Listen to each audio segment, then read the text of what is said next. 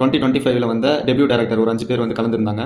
அதில் எல்லாருமே நமக்கு பரிச்சயமானவங்க தான். Dude, kiss, tourist family, bad girl, mask. இப்போ இந்த 5 பேருக்கிட்டையும் வந்து அங்கே வந்திருந்த ஆடியன்ஸில் இருக்கிற ஒருத்தர், அப்கமிங் டேரக்டராக ஆக போகிற ஒருத்தர் வந்து தன்னோட கேள்வி கேட்குறாரு. ஒரு ஹாலிவுட்ல நடந்த ஒரு விஷயம் என்னன்னா, இந்த 7 மூவி இருக்கு இல்லையா, அது டேவிட் ஃபின்ச்சர் வந்து டைரக்ட் பண்ணும்போது ரைட்டர்ஸ் அவங்க அனுப்பின ஃபைனல் டிராஃப்ட் அனுப்புறதுக்கு பதிலாக தெரியாமல் ஃபர்ஸ்ட் டிராஃப்ட் மாற்றி அனுப்பிட்டாங்க.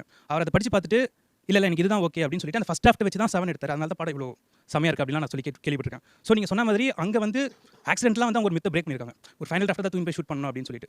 ஸோ நான் ஃபர்ஸ்ட் டிராஃப்ட் எழுதும்போது எனக்கு கிடைக்கிற ஒரு திருப்தி வந்து நான் ஃபைனல் டிராஃப்ட் எழுத என்னோட ஒரிஜினாலிட்டிலேருந்து நான் ரொம்ப தள்ளி போகிற மாதிரி எனக்கு ஃபீல் ஆகுது. லைக் உங்களுக்கு அது ஃபீல் ஆயிருக்கா ஒரு ஃபைனல் டிராஃப்ட்டுக்கு ஒரு டிராஃப்ட் கூட்டின்னு போகும்போது? நீங்கள் சொன்னீங்களே இப்போ 7ஓட ஃபர்ஸ்ட் டிராஃப்ட் தான் எடுத்தாங்கன்னு. ஆனால் எடிட் பண்ணி நம்ம பார்த்த படம் ஃபைனல் டிராஃப்ட்ல அவர் என்ன ஏதாவது அதான் வந்திருக்குன்னு தோணுது எனக்கு ஆக்சுவலாக. கரெக்ட், மேபி ஏன் ஃபர்ஸ்ட் கட் வைக்கல அப்படி 4 மணி நேரம் எடுத்துப்பார் படத்தை.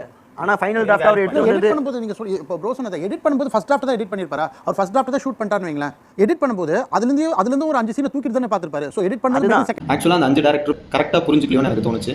ஏன்னா அவர் கேட்டது ஃபர்ஸ்ட் டிராஃப்ட்டை அப்படியே அவர் ஷூட்டுக்கு எடுத்துகிட்டு போறாரு. அந்த கான்ஃபிடென்ட், அந்த ஃபர்ஸ்ட் டிராஃப்ட்ல இருக்கிற ஒரிஜினாலிட்டி வந்து அப்படியே வரணும்னு நினைக்கிற அந்த கான்ஃபிடென்ட் வந்து தப்பா இல்லை அது ஃபைனல் டிராஃப்ட் தான் போகணுமா அப்படிங்கிறத ஒரு கொஸ்டின். நம்ம இந்தியன் ஃபிலிம் இண்டஸ்ட்ரியில் வந்து ரைட்டர் அண்ட் டேரக்டர் அப்படிங்கிறவங்க வந்து மோஸ்ட்லி வந்து அந்த ரைட்டர் அண்ட் டேரக்டருங்கிறவங்க வந்து ஹாலிவுட் ரைட்டர்ஸோட நம்மளால் கம்பேர் பண்ணவே முடியாது.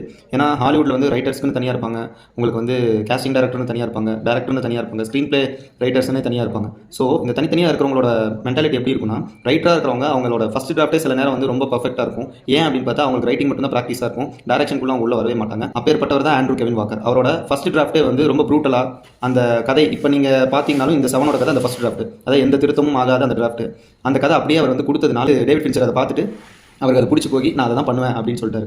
ஸோ நம்ம ஊர் ரைட்டர்ஸ் டேரக்டர்ஸ்லாம் எப்படி தெரியுமா, ரைட்டர் அண்ட் டேரக்டர் நம்ம ஊரை பொறுத்தவரைக்கும் ரைட்டர் அண்ட் டேரக்டர் ஃபர்ஸ்ட் டிராஃப்ட்லேருந்து ஒரு 2-3 டிராஃப்ட் போனால் தான் அவங்களால ஒரு பெட்டர்மெண்ட் வருங்கிறது இது ஒரு மித்தாவே ஒரு ப்ராக்டிஸாகவே ஆயிடுச்சு. என்ன கேட்டால் அப்படி கிடையாது. நீங்கள் ஃபர்ஸ்ட் டிராஃப்ட் பண்ணும்போதே அது ஃபுல்லாக பண்ணும்போது ஒரு ரிசர்ச் பண்ணிட்டு தான் இறங்கி ஃபுல்லாக முடிப்பீங்க. அப்படி முடிச்ச பிறகு அது உங்களுக்கு எந்த கரெக்ஷனும் தோணல, இதான் பக்காவாக இருக்குது, இதான் ஒரிஜினாலிட்டி அப்படின்னு உங்களுக்கு தோணுச்சுன்னா அஃப்கோர்ஸ் அந்த ஃபர்ஸ்ட் டிராஃப்ட்டே நீங்கள் எடுத்துகிட்டு போயிட்டு ஃபைனலாக வந்து நீங்கள் ஷூட் பண்ணலாம். அதில் எந்த தப்பும் கிடையாது. ஆனால் நான் இந்த வீடியோ பார்த்துக்க வந்து அந்த 7 படம் எப்படி இருந்து, இந்த 7 படத்தை பார்த்துட்டு அதில் இருக்கிற ஒரு இன்ட்ரெஸ்டிங்கான ஒரு ஸ்டோரியை வந்து நான் ரிசர்ச் பண்ணி தெரிஞ்சுக்கிட்டேன். அது என்னன்னா,